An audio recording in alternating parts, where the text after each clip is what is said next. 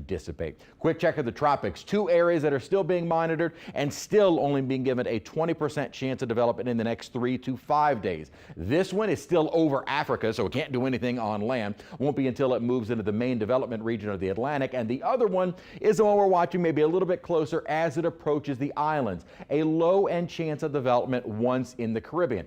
In the Caribbean, the environment is still fairly hostile. So let's take a look at what the models do. Here's the GFS. Here's that basic wave moving across the Caribbean.